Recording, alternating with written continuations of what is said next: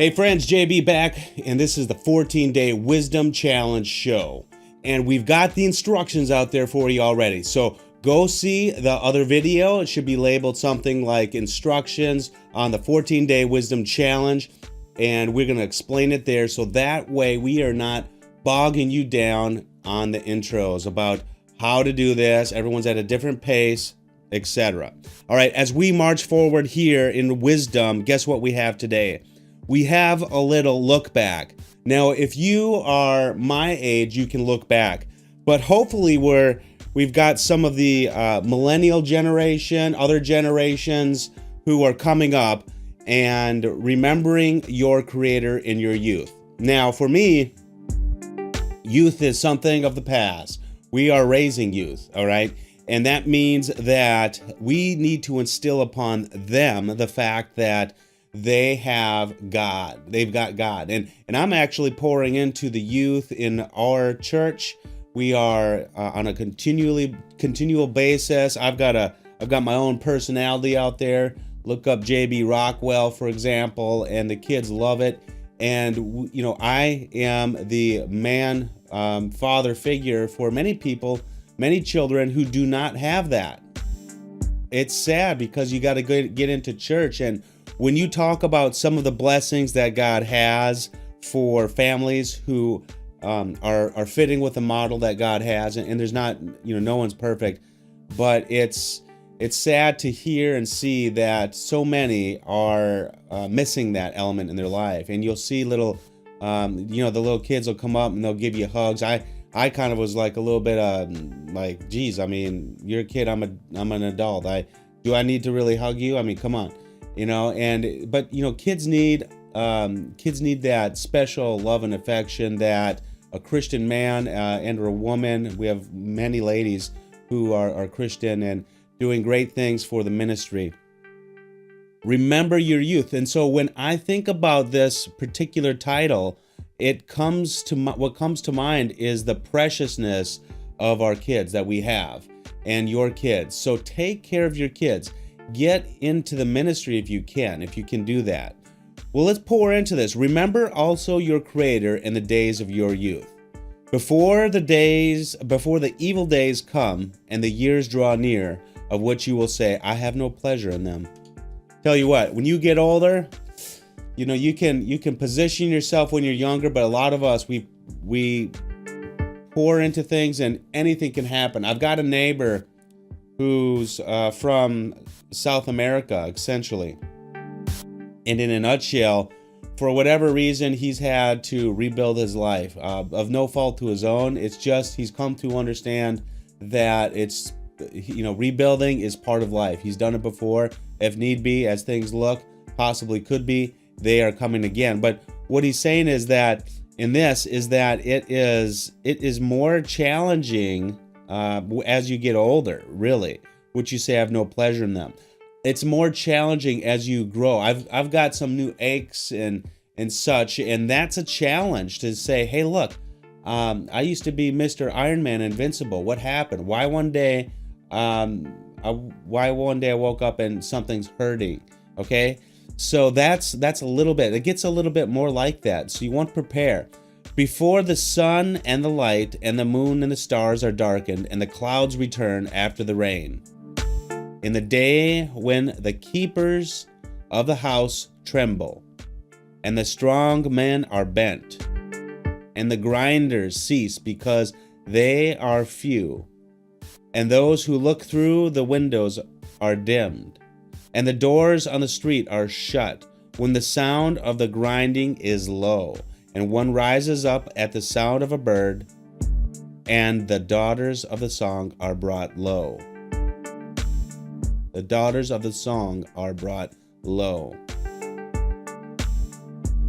So it's a picture of growing and your estate starts to maybe deplete itself, or maybe you are depleting yourself and the production is less and less, because as men are bent, that means that men are not replaced. Now, they could be talking about the bent men themselves. Maybe you are one of those men who are bent.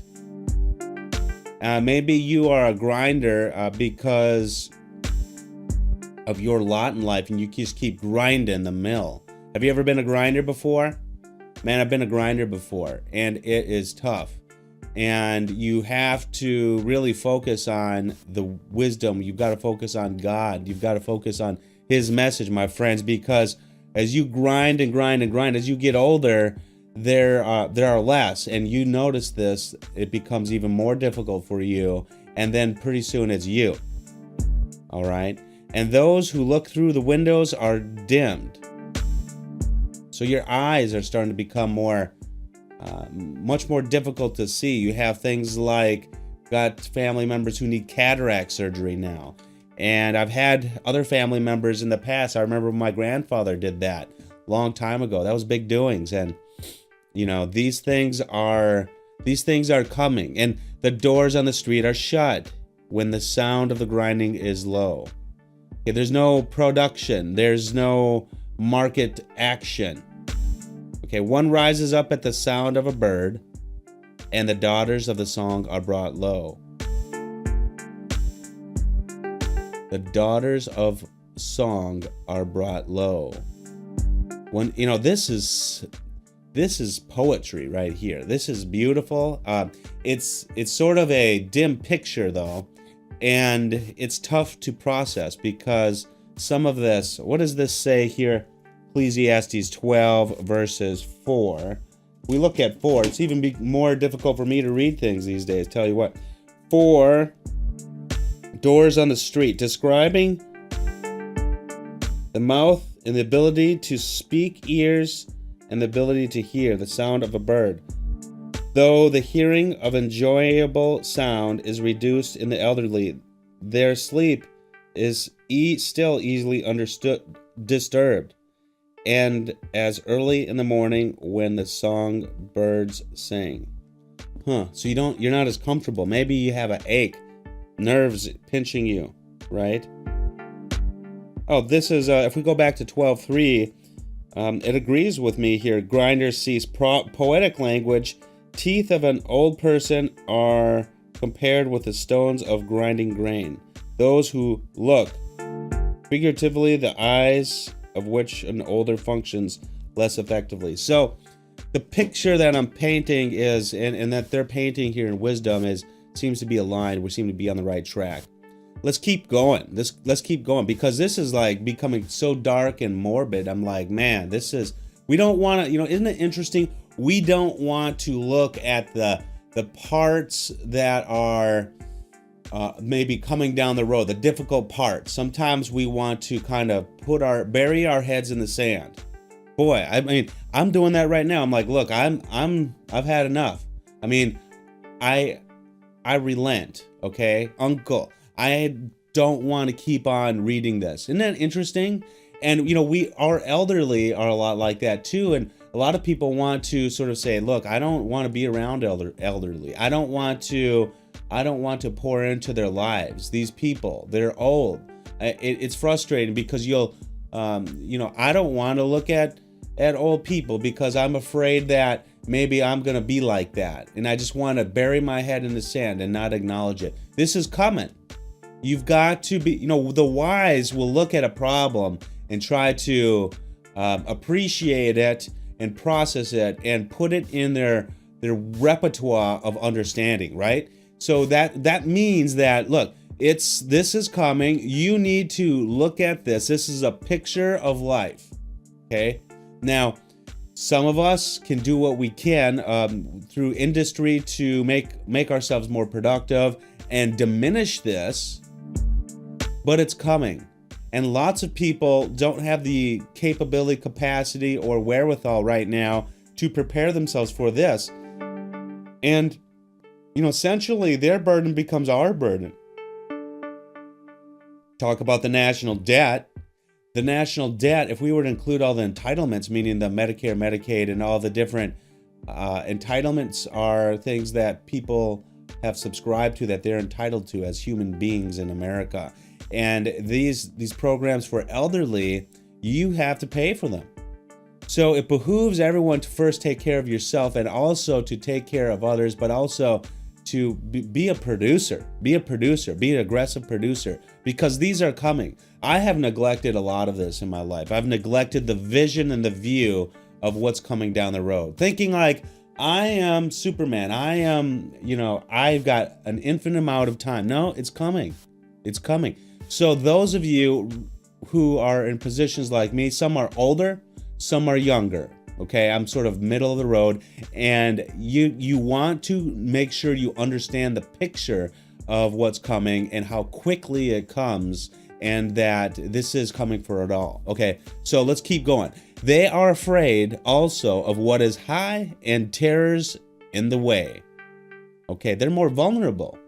They're more vulnerable to these things that can happen, right? The almond tree blossoms. The grasshopper drags itself along, and the desire fails, and the desire fails, because man is going to his eternal home, and the mourners go about the streets before the silver cord is snapped, or the golden bowl is broken, or the pitcher is shattered at the fountain, or the wheel is broken at the cistern, and the dust returns to the earth as it was, and the spirit returns to God who gave it. Vanity of vanities, says the preacher. All is vanities. So he's looking forward, and he's continuing on this picture of what's to come. Okay? The grasshopper drags itself along. This is one that is possibly at its end of life, and I don't know much about grasshoppers and how they maneuver, but they are considered kind of like a form of a locust, a plague if you have too many of them. And maybe they've had some of that there. They were able to kind of observe these grasshoppers. They say Solomon spent so much more than the NASA space program to understand the nature of science around him in his day. Okay, isn't that amazing? And so he has all these pictures of the object lessons that God gives us all the time. The birds die, the cats die, they go away, they all pass. There's a cycle of life, and he's talking about this here. Let's see, this is interesting here. Before the silver cord is snapped. What is the silver cord? And we're in here. This is very interesting here. The silver cord is snapped. Silver cord, golden bowl, precious objects indicate how valuable life is. And that's what I was getting out of it too, because it's speaking of your life, of the precious things, but they break, they're gone, and they're a thing of the past. Or the pitcher is shattered at the fountain, that too. That's precious because why? We gain water, which is essential for life. Many people thought that water was an essential element that was part of everything. But we know with, modern science, the differences between water and other elements and molecules. The pitcher is shattered at the fountain, or the wheel broken at the cistern. So the cistern being the well of water, and they had a wheel there, it can break. And when you go to pull up the water bucket or whatever, however it comes up, and it doesn't work, you go there for water, it doesn't work, that's a funk. Okay, that's a bad feeling.